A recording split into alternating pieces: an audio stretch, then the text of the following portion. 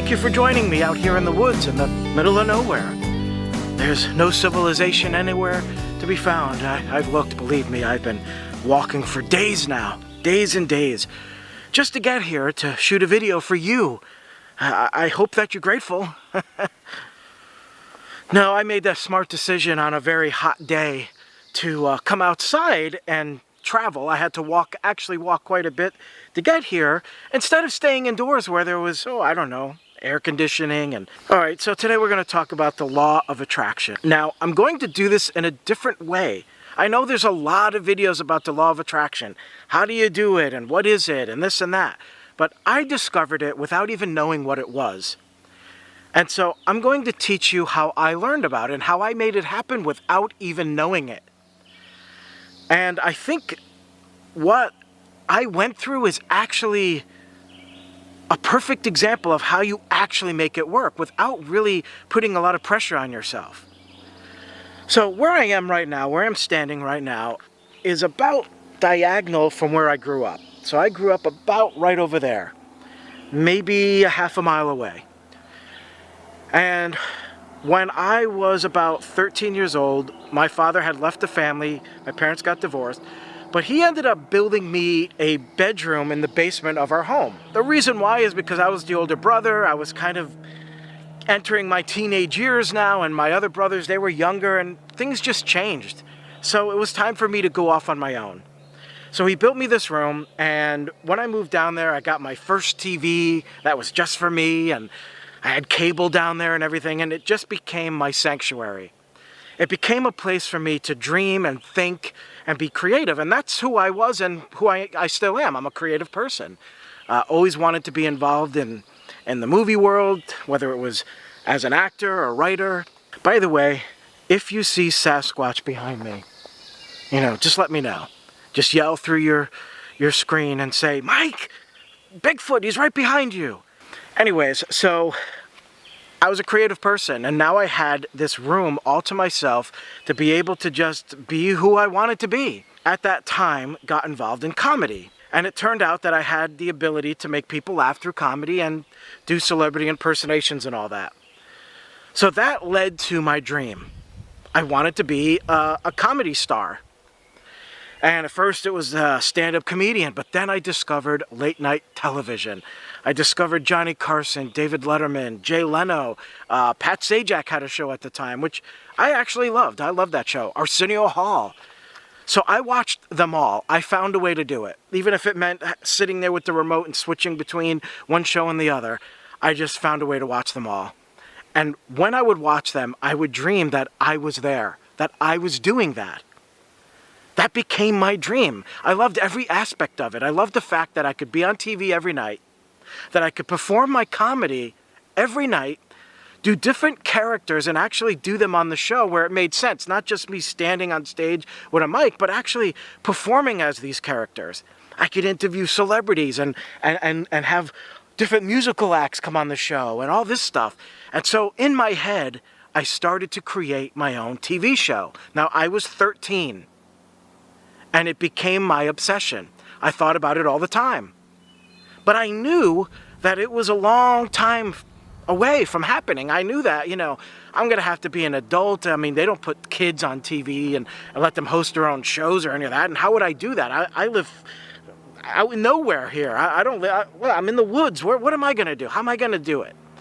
So I didn't really think about it that much. I just kept thinking about what it would be like. I would think about it. I would feel it. I would sit down in my room, I would blast music, and just close my eyes and imagine it in my head. And imagine what it would sound like and feel like, and see the audience, and see my name on the screen, and hear my name getting announced. And I would just run this through my head all the time. It got to the point where I wanted it so bad, I actually built my own talk show set. Now, because my bedroom was in the basement, the rest of the basement was open space. I could do whatever I want down there. So I built this little studio, and I built a talk show desk, and I had the couch. As a matter of fact, here is a picture of the actual set I built. This is it here. And I named the show The Mike Burke Show, that's on the little chalkboard behind me. And then I would write the name of my guest for the evening, and I would sit behind that desk, behind this fake microphone, and just pretend I had my own show. So this stayed in my head for a long time. But then something happened. I turned 16. And soon after I turned 16, I got the opportunity to do a stand-up comedy routine. I was working at an Italian restaurant as a busboy, and I just asked them, I said, what do you think about me doing, like, a stand-up show here? It happens at restaurants all the time. What if we did it here? And they were like, awesome, yes, let's do it. And so I did. Now, I wanted to videotape it because a lot of comedians do this. You want to watch your performance back to see what you can do to make it better. So I asked my friend, and I said, James, you have a camera. Can you record my performance? And he goes, yeah, I'll do it, but on one condition. You have to let me put it on TV. And I was like, what? No, we can't put it on TV. Well, as it turned out, his mother ran the local public access station in town. But I was very hesitant. I had never performed on TV before. And I wasn't even thinking about my dream at that moment. I just thought, I'm going to look like an idiot. I don't want to be on TV. But I needed it recorded. I wanted it to be not only for my memories, but to learn from it. So I reluctantly said yes. So I did the show. He recorded it. He edited the video. He put it on TV, and things started happening. People would recognize me. People enjoyed the show. And then this one particular kid named John came to me in school. And he was like, oh, you're the man of 1,000 voices. I just watched you on TV, man. Oh my God, you were hysterical. Wow, the man of 1,000 voices. Well, John and I became friends, and we ended up in the same study hall one day. And that's when magic happened. See, John mentioned that he had a camera and that he would videotape himself as characters in order to make his family laugh.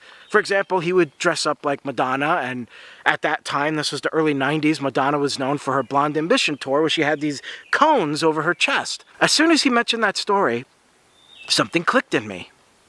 And it didn't even take maybe a second for me to turn to John and say, let's do a TV show. He thought I was nuts. He really did. So I told John about the set I had in the basement, and he still didn't really believe me. But then I look over there, and there's James in the same study hall. So I turned to James and I said, I just had an idea to do a TV show. It would be a talk variety show, kind of like Letterman mixed with SNL. What if you can videotape it and then get your mother to put it on TV? He says, well, I don't see a reason why we couldn't. Now sitting next to him was Erin. Erin was a friend of James. Erin was also one of my classmates. She turned to me and said, well, could I be on the show? Could I be an actress? I was like, sure, you're in. And then sitting next to them was Jen. Jen heard the whole thing happen and came running to me and it's like, Mike, I gotta do it too. You gotta let me do it. Can I be on the show too? I'm like, you're in. This all happened within about 2 minutes. From me and John talking, to saying we were going to do a TV show, to me suddenly having my entire cast and crew just like that within 2 minutes. Now I could go in through the whole story about how long everything took to happen, but the bottom line is, a few months later, we recorded the very first episode of my TV show. The show eventually would be called Comedy After Dark. What's amazing about it is this show would run for 2 years, was very successful, and we did 100 episodes. The cast grew and got bigger and bigger. We eventually got a band. My name was being announced just like I imagined it in my head. I got to be these different characters that I can do impressions of, just as I had imagined when I was 13 years old watching those late night talk shows. So the point here is that I was able to exercise the law of attraction without even knowing it. I never heard of it.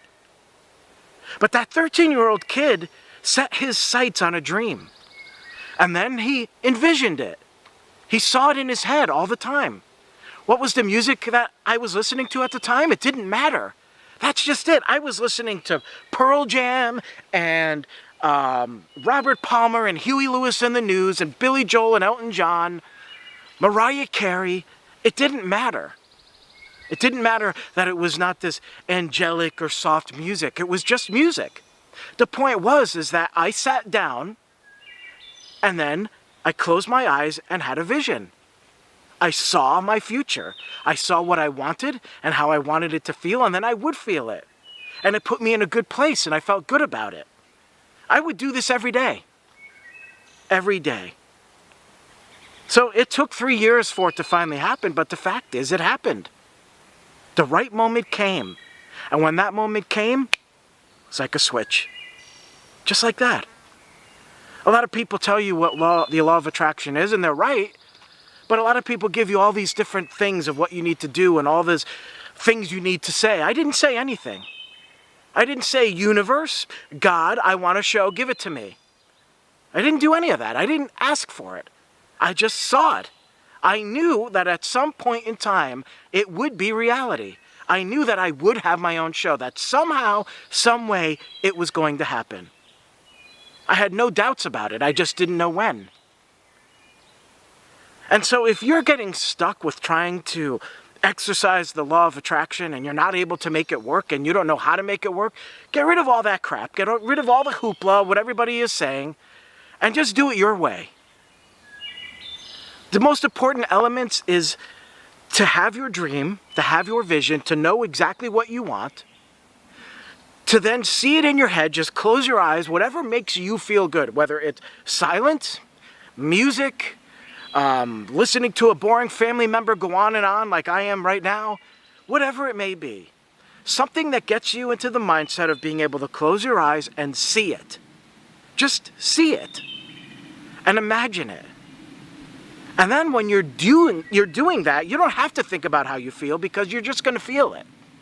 You know, when I had those vision sessions, which I had no name for it, all I knew is I looked forward to going home from school every day and sitting down in my room and blasting my music, closing my eyes, and dreaming about my future. That's all I did. And it worked. It absolutely worked. And that TV show changed my entire life. It led to so many opportunities. It's still leading to opportunities today from something that happened nearly 30 years ago. So that's how you make the law of attraction work. You don't need to worry about all that other stuff. It's just simple. Know what you want. Be clear on it. Feel it. Imagine it. Dream about it. And then keep your eyes open for when the right opportunity comes to actually make it happen. When I was talking to my friend John, the opportunity came up. He did something. He said something.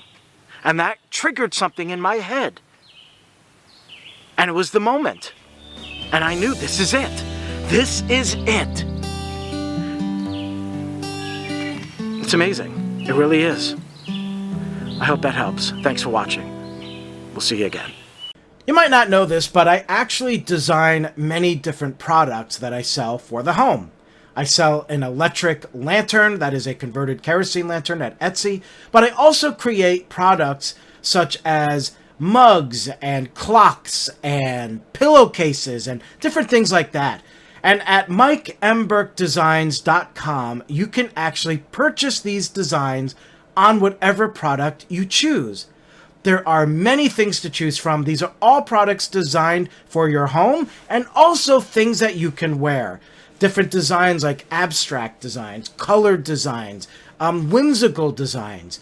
So all you got to do is head over to MikeMBurkeDesigns.com and check out all of the cool stuff I have. And when you do buy something from my site, you will normally get free shipping. Most items do ship for free. The only thing that doesn't are the wall posters, but everything else will typically ship for free. It also depends on what country you come from, but for international customers, I do provide a huge shipping discount that is calculated when you check out. So go to MikeMBurkeDesigns.com. There's a ton, I should say, of great stuff there. MikeMBurkeDesigns.com. I'll see you there.